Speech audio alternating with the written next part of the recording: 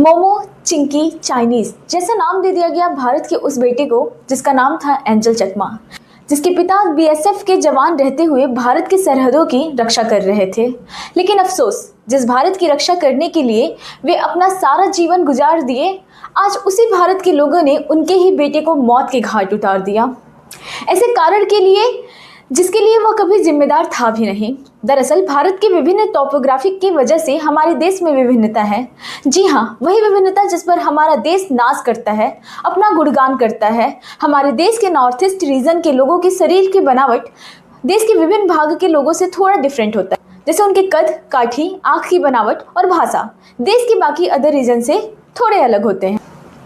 लेकिन इसी डिफरेंस को हमारे देश की खूबसूरती बनाने के लिए हमारे संविधान में 2 साल 11 माह और 18 दिन बहस हुआ, ताकि देश के हर जनता को सम्मानपूर्वक समावेशी जीवन जीने का अधिकार मिल सके।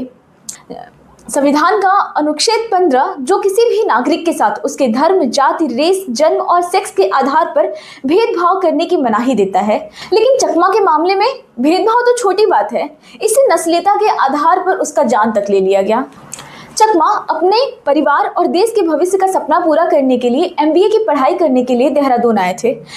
लेकिन बीते 9 दिसंबर को एंजल और उनके छोटे भाई माइकल जब साथ में मार्केट गए थे तो उन पर कुछ नशे की हालत में धुत लड़कों ने नस्लीय टिप्पणी की, और जब इसका विरोध दोनों भाई किए तो एंजल पर लगातार ये नशे में धुत लड़के चाकू से वार करने लगे, जिससे एंजल की हालत खराब हो गई।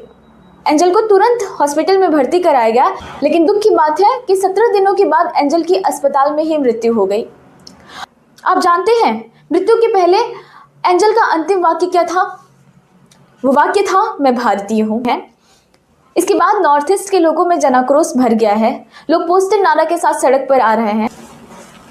हालांकि देश में इसे बहुत बड़ा मुद्दा अभी नहीं बनाया गया है, लेकिन मुझे लगता है ये बहुत ज़रूरी है, क्योंकि जब बांग्लादेश का उस्मान हादी हमारे नॉर्थ ईस्ट रीजन को अपने ब्रॉडर बांग्लादेश के सपने में शामिल करता है, तो उस समय जैसे देश के दूसरे पार्ट के लोग आहत होते हैं, ठीक उसी प्रकार नॉर्थ ईस्ट के लोग भी आहत होते हैं। प्रधानमंत्री जब पिछले समय मणिपुर गए थे तो उन्होंने नॉर्थ ईस्ट स्टेट को देश का ताज कहकर संबोधित किया, लेकिन ये कितना बेईमानी है कि हमारे देश में उसी ताज के बेटे को इतना बेरहमी से मार दिया गया कि उसे अपने जान से हाथ धोना पड़ा। कि हमारे पूरे देश को इस बात से जागरूक होने की ज़रूरत है कि अगर नॉर्थ ईस्ट की धरती हमारी है तो वहाँ के लोग भी हमारे हैं और उन्हें हमारे साथ की ज़रूरत है।